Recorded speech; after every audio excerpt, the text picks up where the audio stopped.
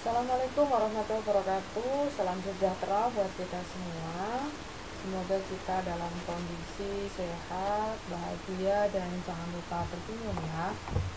Kembali lagi di Askrindo Belajar, media belajar siswa SMK di Mapel Fisika Kimia dengan pokok bahasan induksi elektromagnetik. Tujuan pembelajaran kali ini yang pertama, siswa dapat memahami tentang induksi elektromagnetik. Yang kedua, siswa dapat memahami tentang hukum Faraday. Yang ketiga, siswa dapat memahami tentang arah arus listrik. Yang keempat, siswa dapat memahami tentang kaidah tangan kanan dalam arus induksi. Yang kelima, siswa dapat menentukan besarnya PKL atau gaya gerak listrik. Dan yang keenam, siswa dapat memahami tentang penerapan induksi elektromagnetik. Yang pertama, induksi elektromagnetik. Induksi elektromagnetik adalah gejala terjadinya arus listrik dalam suatu penghantar akibat adanya perubahan medan magnet di sekitar kawat penghantar tersebut. Arus listrik yang terjadi disebut arus induksi atau arus imbas. Ada 5 hal yang perlu dipelajari dalam induksi elektromagnetik. Yang pertama, hukum Faraday. Yang kedua, ada arah arus induksi. Yang ketiga, kaidah tangan kanan. Dan yang keempat, menentukan besarnya PKL. Dan yang kelima, penerapan induksi elektromagnetik. Yang pertama adalah magnet, atau yang pertama adalah hukum Faraday. Magnet dapat ditimbulkan oleh arus listrik. Hal ini telah diselidiki oleh Ørsted. Sebaliknya, arus listrik ternyata dapat ditimbulkan oleh gaya magnet. Hal ini diselidiki oleh Faraday dengan percobaannya antara sebuah kumparan dan galvanometer atau alat untuk mengukur arus listrik yang kecil. Yang selanjutnya di hukum Faraday adalah hasil percobaan di mana kumparan bergerak mendekati magnet batang yang diam. Ternyata jarum galvanometer juga menyimpang. Jadi, untuk menimbulkan arus pada kumparan bisa magnetnya yang digerakkan dan kumparannya diam. Bisa juga kumparan yang digerakkan dan magnetnya diam.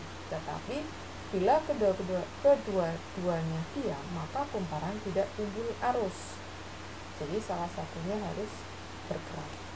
Dalam percobaan di atas dikatakan bahwa pada ujung-ujung kumparan timbul gaya gerak listrik induksi atau BGL.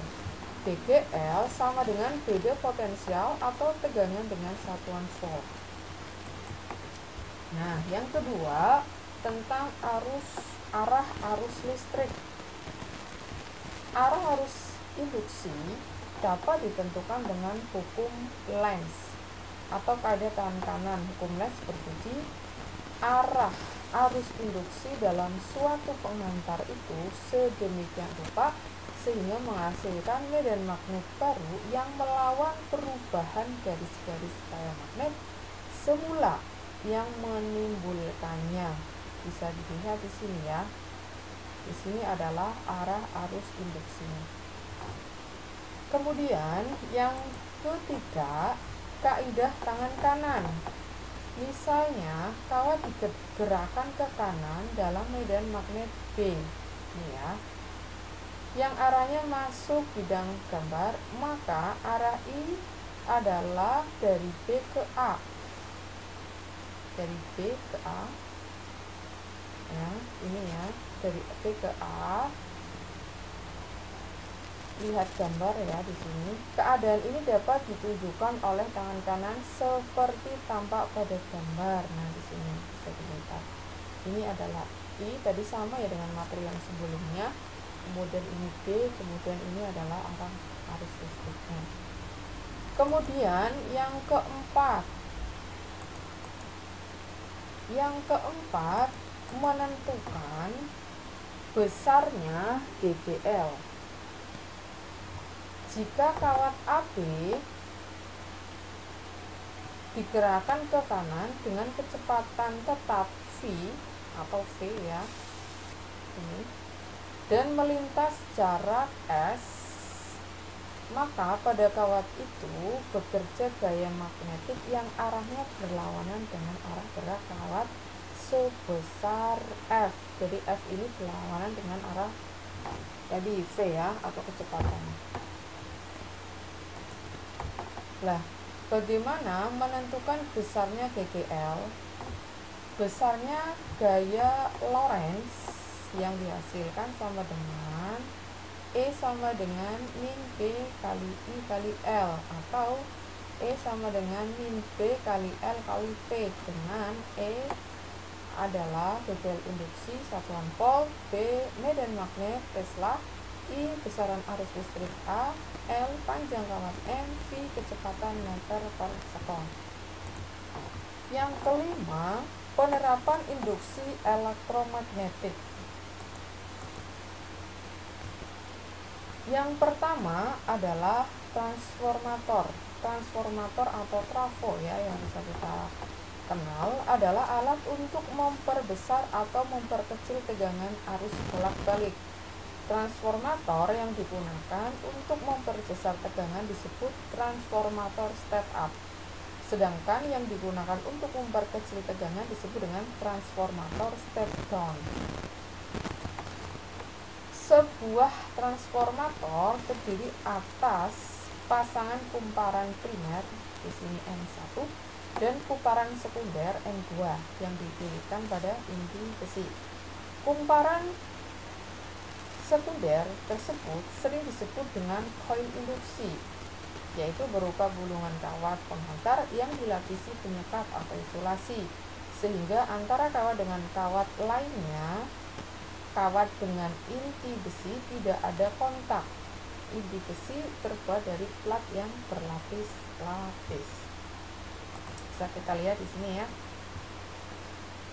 Tegangan yang dihubungkan dengan kumparan primer disebut dengan tegangan primer atau V1, yaitu tegangan masuk, dan tegangan ujung-ujung kumparan sekunder disebut tegangan sekunder V2.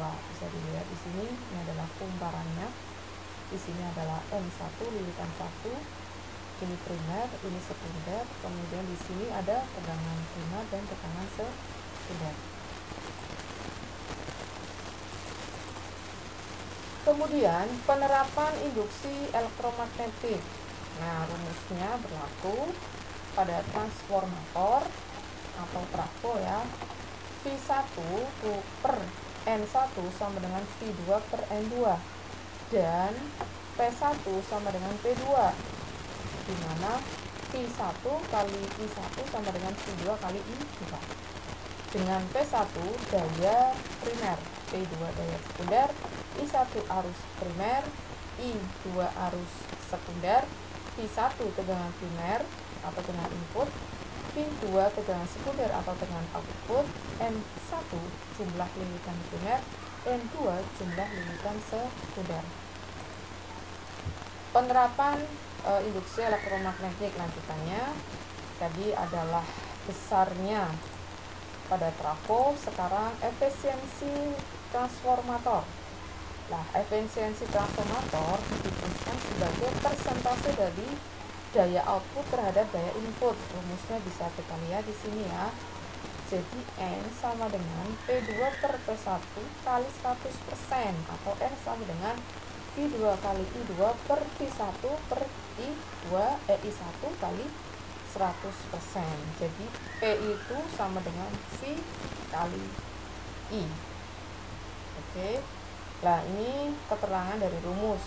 N efisiensi transformator, satunya persen, V1 tegangan primer volt, V2 tegangan sekunder volt, I1 arus primer A, I2 arus sekunder A, N1 jumlah lilitan primer, N2 jumlah lilitan sekunder.